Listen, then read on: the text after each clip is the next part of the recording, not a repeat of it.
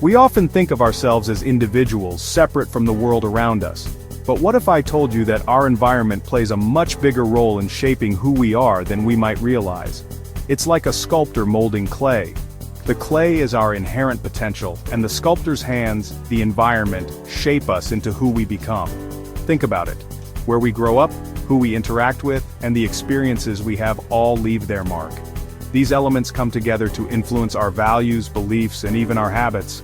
Our environment acts as a constant force, subtly shaping our thoughts, feelings, and actions. It's not about diminishing the importance of individual choice or free will. It's about recognizing that we are not blank slates. We are born into a world that is already in motion, a world that has been shaped by forces beyond our control.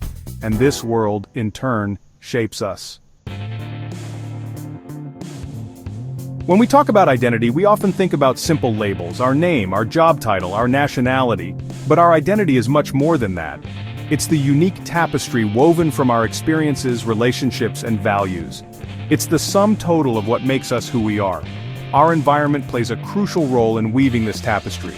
It provides the threads, the colors, and the patterns that make our individual tapestries unique.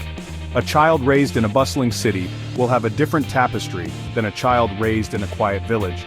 Their experiences, relationships, and the cultural norms they are exposed to will differ significantly, shaping their unique identities.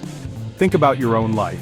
How have your experiences, relationships, and the environments you've been exposed to shaped your values, beliefs, and aspirations?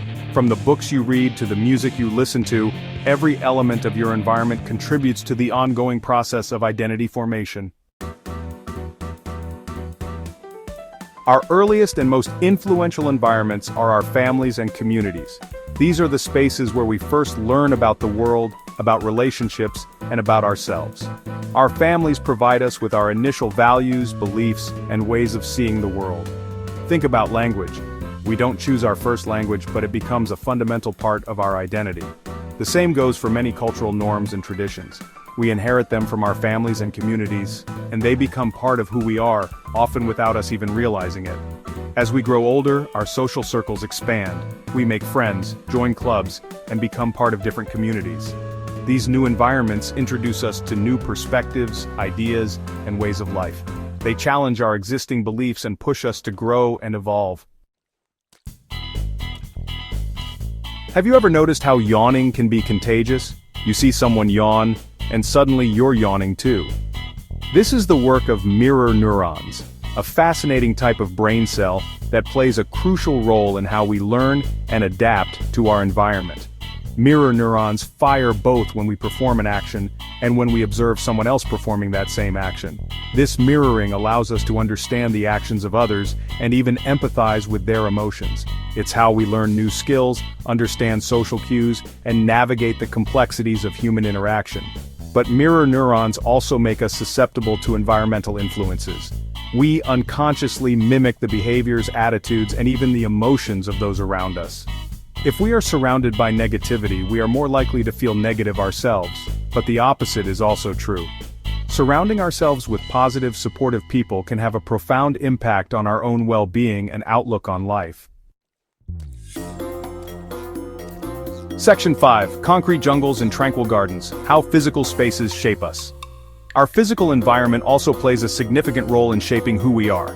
The places we spend our time in, our homes, our workplaces, even the neighborhoods we live in, can influence our mood, our productivity, and even our health. Imagine spending your days in a cluttered, chaotic space. It's likely to increase stress and make it difficult to focus. On the other hand, a well-organized, aesthetically pleasing environment can promote feelings of calm, improve concentration, and boost creativity. Think about the design of public spaces. Parks and green spaces encourage people to gather, socialize, and connect with nature. Libraries, with their quiet atmosphere and abundance of knowledge, foster learning and contemplation. The design of our physical spaces can subtly nudge us towards certain behaviors and mindsets. Section 6. The stories we inherit. Culture's enduring influence. Culture is the air we breathe, the water we swim in. It's the invisible force that shapes our values, beliefs, and behaviors from the moment we are born. It encompasses everything from our language and art to our social norms and traditions. Our cultural background provides us with a framework for understanding the world and our place in it. It teaches us what to value, how to behave, and what to aspire to. These cultural scripts are passed down through generations, shaping our identities in profound ways.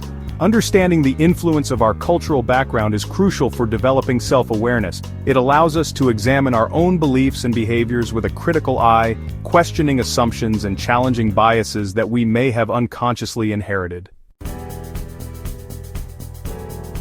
Section 7. Waking up to the world around us. Awareness as a first step. So if our environment has such a powerful influence on who we are, what does that mean for us? Does it mean we are destined to be products of our surroundings? Not at all. But it does mean we need to be aware of the forces at play. The first step towards shaping our environment is awareness.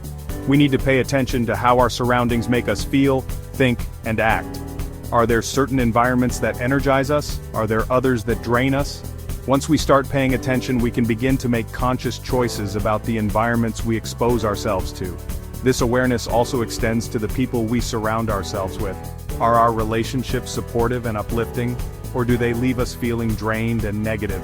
We need to be mindful of the company we keep, choosing to spend time with people who inspire us, challenge us, and bring out the best in us. Section 8. Taking the reins. Practical steps for shaping your environment. Once we've cultivated awareness, we can start taking practical steps to shape our environment in a way that supports our growth and well-being. This might involve curating our social circles, surrounding ourselves with positive, supportive people who inspire us and share our values, designing our physical spaces, creating a home and work environment that is organized, aesthetically pleasing, and conducive to our well-being and productivity, seeking out new experiences, exposing ourselves to new cultures, ideas, and perspectives to broaden our horizons and challenge our assumptions, limiting exposure to negativity, reducing our consumption of negative news, social media, and other sources of stress and negativity. Remember, shaping our environment is an ongoing process. It requires conscious effort and regular reassessment. As we grow and evolve, our needs and aspirations change, and our environment should reflect that.